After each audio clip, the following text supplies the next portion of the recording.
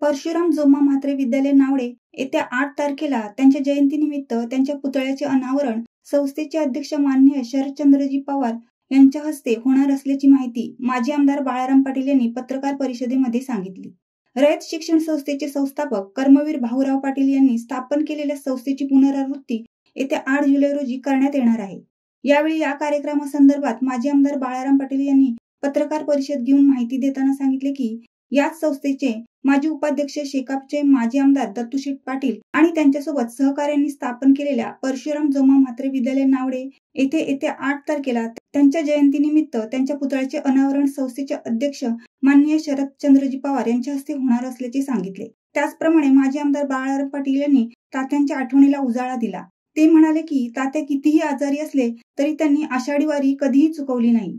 त्यांनी एखाद्या गोष्टीचा ध्यास घेतला की ती गोष्ट तडीस नेल्याशिवाय तात्या गप्प बसत नव्हते. यावेळी या कार्यक्रमासंदर्भात माजी आमदार बाळाराम पाटील यांनी अधिक माहिती पत्रकार परिषद घेऊन सांगितली. या ठिकाणी 8 तारखेला 11 वाजता हा सोहळा संपन्न होतोय. शरद पवार साहेबांच्या शुभ हस्ते हा सोहळा होतोय. रयतची आमची सारी मंडळी आहे, आमच्या पक्षाचे सरचिटणीस जयंत पाटील साहेब आहेत, माझे काही विधिमंडळातले माझे सहकारी आहेत. या साऱ्यांच्या उपस्थितीत आणि या सगळ्यापेक्षाही तात्यांवर जीवापाड प्रेम करणाऱ्या या परिसरातल्या त्यांच्या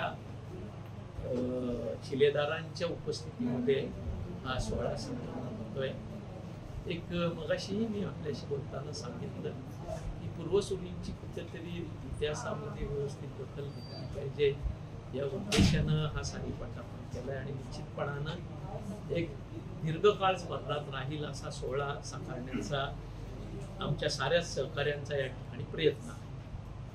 हे स्मारक पुढच्या पिढीला तरुणांना कशा पद्धतीने प्रेरणा देईल, काय भावना व्यक्त करा?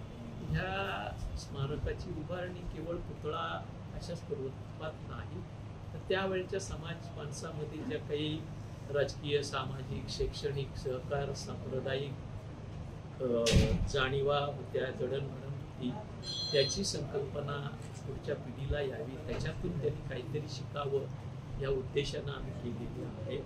पुतळ्याच्या मागची जी वॉल आहे कर्व साहेब, त्याच्यामध्ये तात्यांच्या जीवनपटाचं आरेखन अगदी जन्मापासून ते त्यांच्या अंतापर्यंत आपण करायचा प्रयत्न विविध प्लेटच्या माध्यमातून करतोय.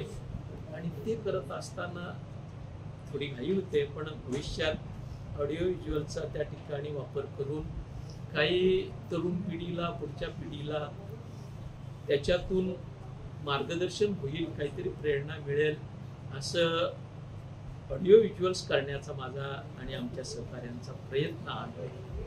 एक व्रतस्थ आयुष्य जगणाऱ्या माणसाचं हे स्मारक आहे.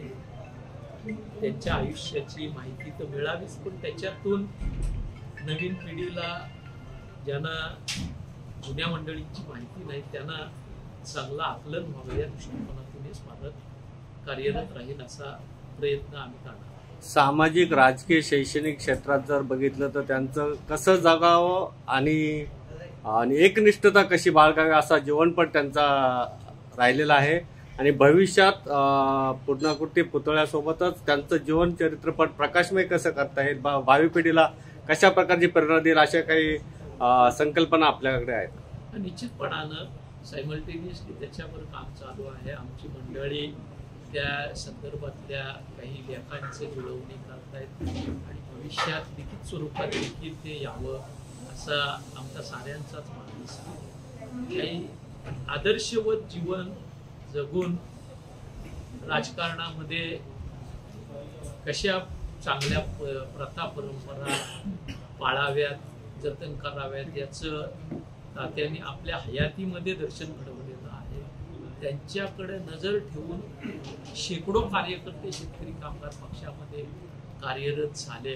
अगदी नव्या पिढीची आमची जी शिलेदार मंडळी आहेत, तरुणाई आहेत, ते देखील त्या आदर्शावर वाटचाल करतायत. आज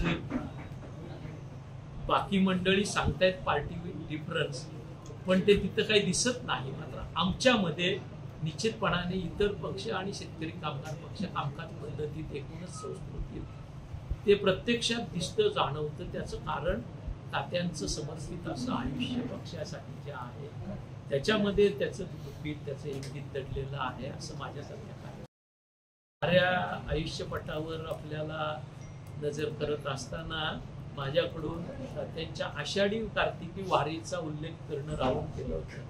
माझे सहकारी, ज्येष्ठ सहकारी माधवराव पाटलांनी आठवण करून दिली की तात्यांच्या वारीची गोष्ट तुम्ही सांगायला हवी होती.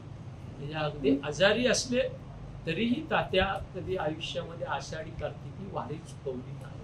एखादा ध्यास घेतला, एखादी गोष्ट अंगीकारली की ती शेवटपर्यंत तडीस नेण्याचा तात्यांचा प्रयत्न असायचा हे त्याच्यातून दिसतो. शिवसत्ता टाइम्ससाठी दत्ता मोकल पनवेल.